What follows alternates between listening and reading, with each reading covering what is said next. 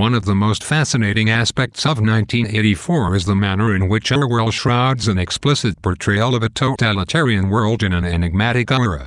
While Orwell gives the reader a close look into the personal life of Winston Smith, the reader's only glimpses of party life are those that Winston himself catches. As a result, many of the party's inner workings remain unexplained, as do its origins, and the identities and motivations of its leaders.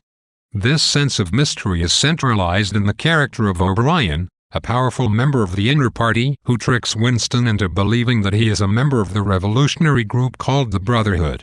O'Brien inducts Winston into the Brotherhood. Later, though, he appears at Winston's jail cell to abuse and brainwash him in the name of the party. During the process of this punishment, and perhaps as an act of psychological torture, O'Brien admits that he pretended to be connected to the Brotherhood merely to trap Winston in an act of open disloyalty to the party.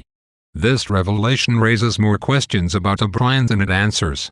Rather than developing as a character throughout the novel, O'Brien actually seems to undevelop. By the end of the book, the reader knows far less about him than they previously had thought.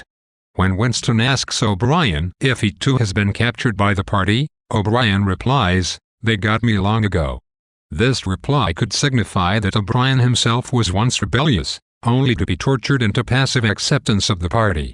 One can also argue that O'Brien pretends to sympathize with Winston merely to gain his trust. Similarly, one cannot be sure whether the Brotherhood actually exists, or if it is simply a party invention used to trap the disloyal and give the rest of the populace a common enemy. The novel does not answer these questions, but rather leaves O'Brien as a shadowy, symbolic enigma on the fringes of the even more obscure inner party.